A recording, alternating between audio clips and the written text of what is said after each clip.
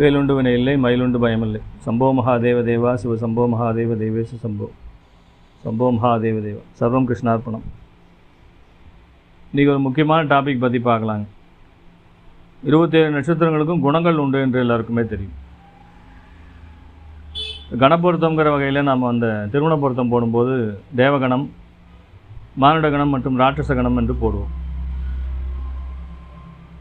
பொதுவாக முகூர்த்தம் குறிக்கிறதுக்கு இது ரொம்ப முக்கியமாக இருக்குங்க. திருமண முகூர்த்தம், மற்ற வீடு கட்டக்கூடிய சுப நிகழ்ச்சிகள், மற்ற எந்த முகூர்த்தங்களாக இருந்தாலும் நல்லதுகள் செய்வதற்காக இந்த தேவகண நட்சத்திரங்கள் மிகவும் சிறப்பாக பயன்படுத்தப்படுகிறது. அதை விட்டால் மானுடகண நட்சத்திரங்கள், ராட்சச கணங்களுடைய நட்சத்திரங்களை யாரும் பயன்படுத்துவதில்லை. ஸோ இது ஒரு முக்கியமான விஷயம். நம்ம பிறக்கக்கூடிய நட்சத்திரம் 27 எதுவாக வேணால் இருக்கலாம், அதுக்கும் இதுக்கும் சம்மந்தம் இல்லை.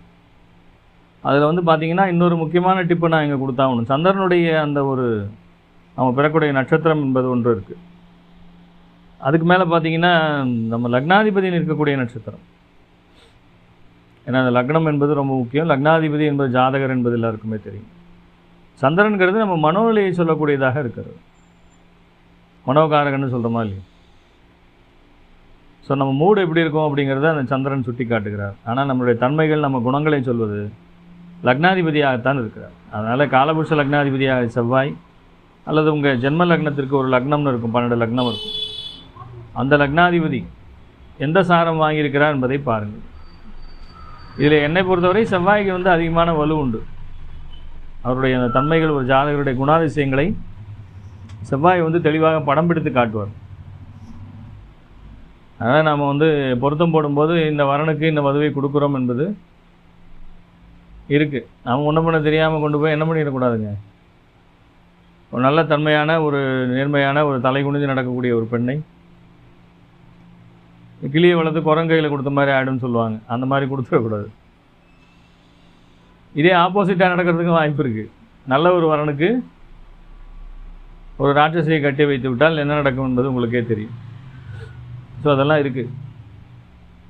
அதனால் ஜோதிடருடைய பங்கு என்பது ரொம்ப முக்கியம். சாதாரணமாக இவங்க என்ன நினைக்கிறாங்கன்னா, நட்சத்திரம் அதாவது ஜாதக பொருத்தம் போடுறதுக்கு ஒரு 100 ரூபா கொடுத்து பொருத்தம் போட்டு வந்தோம் அப்படின்னா அதே பெருசாக நினைக்கிறாங்க. நம்ம வாழ்க்கை, நம்முடைய எதிர்காலமே அதில் அடங்கி இருக்கிறது என்பதை யாரும் நினைப்பதில்லை. திருமணம் முக்கியமாகி ஒரு ஜோதிடரால் முகூர்த்தம் குறிக்கப்பட்டு எல்லாம் ஆயிடுச்சுன்னா அவருக்கு ஒரு 5000 10,000 கொடுத்து, ஒரு தட்சணையை கொடுத்து, ஒரு துணிமணியை எடுத்து கொடுத்து என்ன பண்ணுங்க, அவருடைய குருவினுடைய ஆசீர்வாதத்தை பெற்றுக்கொள்ளுங்கள். அதுதான் நல்லது. அவருடைய ஆசை கிடைச்சாலே உங்களுக்கு அவர் கொடுத்து கொடுக்கக்கூடிய முக்கியம் அந்த முகூர்த்தம் என்பது மிக மிக முக்கியம். அந்த முகூர்த்தத்தை நிர்ணயம் செய்வதற்கு இந்த நட்சத்திரனுடைய குணங்கள் மிகவும் முக்கியம், மறந்துவிடக்கூடாது. ஆகையினாலே இந்த 27 நட்சத்திரங்களும் அதனுடைய குணங்கள் எவ்வாறு நிர்ணயம் செய்யப்படுகிறது, குணங்கள் எவ்வாறு தரப்பட்டிருக்கிறது என்பதை பார்க்கலாம். 27 ஒன்று ஒன்றா ஞாபகம் வச்சுக்க முடியாதுங்க, 9ஆக பிரிச்சுக்கணும். இப்போ கேதுவுக்கு 3, சுக்கிரனுக்கு 3 பிரிக்கிறோமா இல்லையா? அந்த மாதிரி பிரித்து அதை ஞாபகம் வச்சுக்கிட்டா சுலபமாக ஞாபகம் வச்சுக்கலாம். கேதுவனுடைய 3 நட்சத்திரங்களில் அஸ்வினி மகம் மூலத்திலே அஸ்வினி மட்டும் தேவகணம், மீதி 2 மகம் மூலம் ராட்சசகணம். சுக்கிரனுக்கு வரக்கூடிய பரணி, பூரம், பூரணம் 3மே மானுடகணம். அதில் தேவகணமும் இல்லை, ராட்சசகணமும் இல்லை. சூரியன் கிருத்திகை என்பது ராட்சசகணம், உத்தரம் உத்திராடம் மானுடகணம், இதுலேயும் தேவகணமே இல்லை. அடுத்து சந்திரன், சந்திரனுக்கு ரோகிணி, அஸ்தம், திருவோணம். ரோகிணி என்பது மானுடகணம், அஸ்தமும் திருவோணமும் தேவகணம். அப்போ சந்திரனுடைய நட்சத்திரங்கள் கிடைப்பதற்கு அரிதானவை. அதனால தான் சந்திரனுடைய இது சதாஜீவ நட்சத்திரங்கள் என்று சொல்லப்பட்டிருக்கிறது. சந்திரனுடைய நட்சத்திரங்களில் நீங்கள் தாராபலமே இல்லைனா கூட என்ன பண்ணிக்கலாங்க, முகூர்த்தம் குறிக்கலாம், உங்களுக்கு எந்த பாதிப்புமே தராது. அதே போல் இன்னொரு கிரகமும் இருக்குது, அதையும் பின்னாடி பார்க்கலாம். அப்போது சந்திரன் முக்கியங்கிறத புரிஞ்சுக்கோங்க. ரோகிணி, அஸ்தம், திருவோணம் என்பது கிடைப்பதற்கு அரிதானது. முகூர்த்தம் கிடைச்சா பிடிச்சிக்கோங்க, விட்டுறாதீங்க. அடுத்தது செவ்வாயுடைய நட்சத்திரம், மிருகசீரிடம் என்பது தேவகணம், மீதி 2ம் ராட்சசகணம். சித்திரையும் அவிட்டமும் குறிக்க முடியாது, மிருகசீரிடத்தில் மட்டும் குறிக்கலாம். அடுத்தது யாருங்க, திருவாதிரை, சுவாதி, சதயம் ராகுனுடைய நட்சத்திரம். இதிலே சுவாதி மட்டும் தேவகணம், சுவாதியிலே முகூர்த்தம் குறிக்கலாம். திருவாதிரை மானுடகணம், சதயம் ராட்சசகணம். இதிலே முகூர்த்தம் குறிக்க முடியாது. அடுத்தது குருனுடைய நட்சத்திரம் புனர்பூசம் மட்டும் தேவகணம், விசாகம் ராட்சசகணம், பூரட்டாதி மானுடகணம். இப்போ குருனுடைய நட்சத்திரங்களிலே புனர்பூசத்தை மட்டும் நீங்கள் முகூர்த்தம் குறிக்க பயன்படுத்தி கொள்ளலாம். அடுத்தது யாருங்க? சனி நட்சத்திரம் பூசம் அனுஷம் உத்திரட்டாதி. இதில் பூசமும் அனுஷமும் தேவகணம், உத்திரட்டாதி மானுடகணம். அப்போ சந்திரன் முதல்ல சதாஜீவன் சொன்னோம் இல்லையா, அதே போல் சனி நட்சத்திரமும் சதாஜீவ நட்சத்திரங்கள், புரிஞ்சுக்கோங்க. அப்போ சனி நட்சத்திரத்தில் நீங்கள் கண்ணை மூடிட்டு என்ன பண்ணலாம்? முகூர்த்தத்தை குறிக்கலாம். தாராபலம் இல்லைனாலும் குறிக்கலாம், தப்பு இல்லை. அது உங்களுக்கு எந்த பாதிப்பும் தராது. ஏன்னா தேவகணத்தை கொண்டதாக இருக்குது. அடுத்தது யார்? ஆயில்யம் கேட்டே ரேவதி, புதனுடைய 3 நட்சத்திரங்கள். இதில் ரேவதி மட்டும் தேவகணம், மீதி 2ம் ராட்சசகணம். இப்போ ரேவதி மட்டும் நீங்கள் முகூர்த்தம் குறிக்க பயன்படுத்தி கொள்ளலாம்.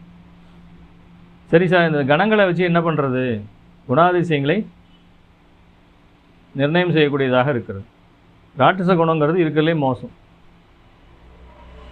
அதாவது ஒரு கிளியை வளர்த்து குரங்கையில் கொடுக்குற மாதிரி ஆகிடும். வெறும் நட்சத்திரம் மட்டும் இல்லை, இங்கே ஒரு லக்னாதிபதி நிலைமை என்பதை நம்ம மிக துல்லியமாக பார்க்கணும்.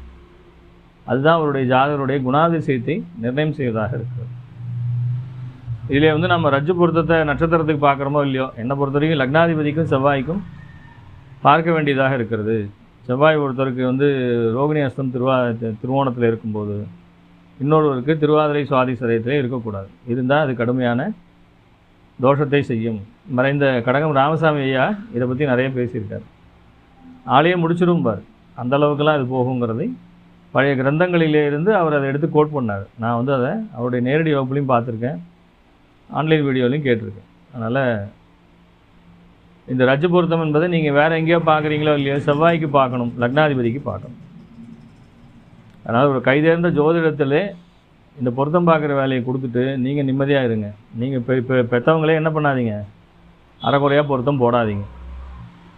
விபரீதமான முடிவுகளை மெடிக்கல் ஷாப்பில் போய் நாமளே மாத்திரை வாங்கி சாப்பிட்ற மாதிரி தான்.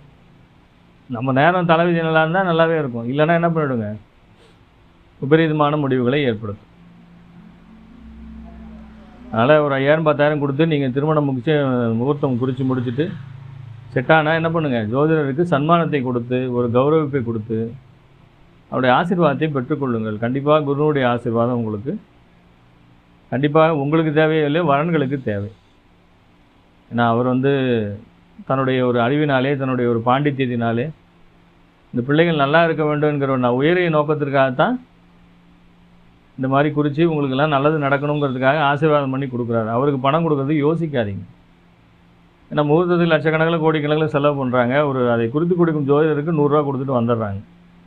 தவறான செயல்.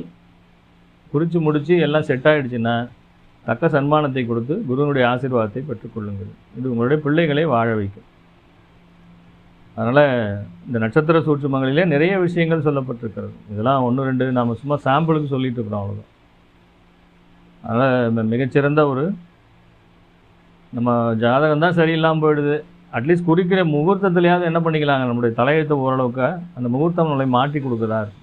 திருமணத்துக்கு பிறகு பார்த்திங்கன்னா அவருடைய வாழ்க்கையை முன்னேறுதா இல்லையா? அப்போ அந்த முகூர்த்தம் ஸ்ட்ராங்காக குறித்தா கண்டிப்பாக என்ன ஆகிடுங்க, வாழ்க்கையிலே முன்னேற்றம் என்பது நிச்சயமாக இருக்கும். பஞ்சாங்கத்தில் ஏதோ ஒரு டேட்டை குறித்து மண்டபம் கிடைக்குதுன்னு சொல்லி ஏதோ ஒன்று பண்ணிவிட்டால் என்ன ஆகிடுங்க, அது வேலையை அது காட்டும். அதனால் தயவுசெய்து ஒரு தக்க ஜோதிடத்திலே கொடுத்து முகூர்த்தத்தை குறித்து பிள்ளைகளுடைய வாழ்க்கையை அவர்களிடத்தே ஒப்படைத்து நல்லது செய்யும். அதையும் மீறி அவங்க தலையெழுத்துன்னு இருக்கும்போது மாற்ற முடியாது. அதனால் லோகக்ஷேமத்திற்காக இந்த ஒரு விஷயத்தையும் நாம் இங்கே வெளியிடுகிறோம். கண்டிப்பாக இது எல்லோருக்கும் பயன்படும் என்று நம்புகிறேன். மீண்டும் ஒரு சுவாரஸ்யமான வீடியோவில் சந்திப்போம். சம்போ மகாதேவ தேவா சிவ சம்போ மகாதேவ தேவேச சம்போ சம்போ மகாதேவ தேவா. சர்வம் கிருஷ்ணார்ப்பணம்.